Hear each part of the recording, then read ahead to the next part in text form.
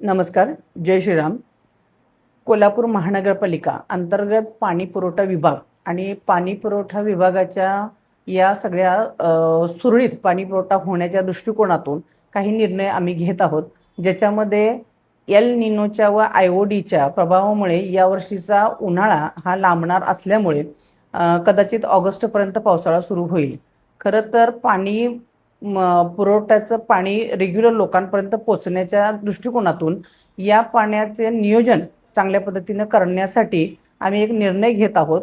कोल्हापूर महानगरपालिका पाणी पुरवठ्याचे सर्व अधिकारी व सर्वांनीच मिळून हा निर्णय घेतलेला आहे की 1 दिवस आड आपण पाणी सुरू करत आहोत, ज्याच्यामध्ये ABE हा 1 दिवशी असेल पाणी पुरवठा आणि तसंच CD हा दुसऱ्या दिवशी असेल. पाणी पुरवठा हा तुम्हाला चांगला फोर्सफुली होईल, पाण्याची कोणती टंचाई तुम्हाला भासणार नाही याची काळजी पाणी पुरवठा विभागाचे सर्वच अधिकारी घेत आहेत.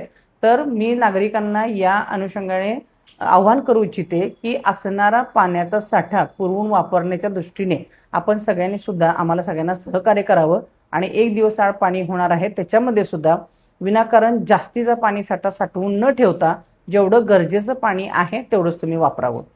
जय शिवराय.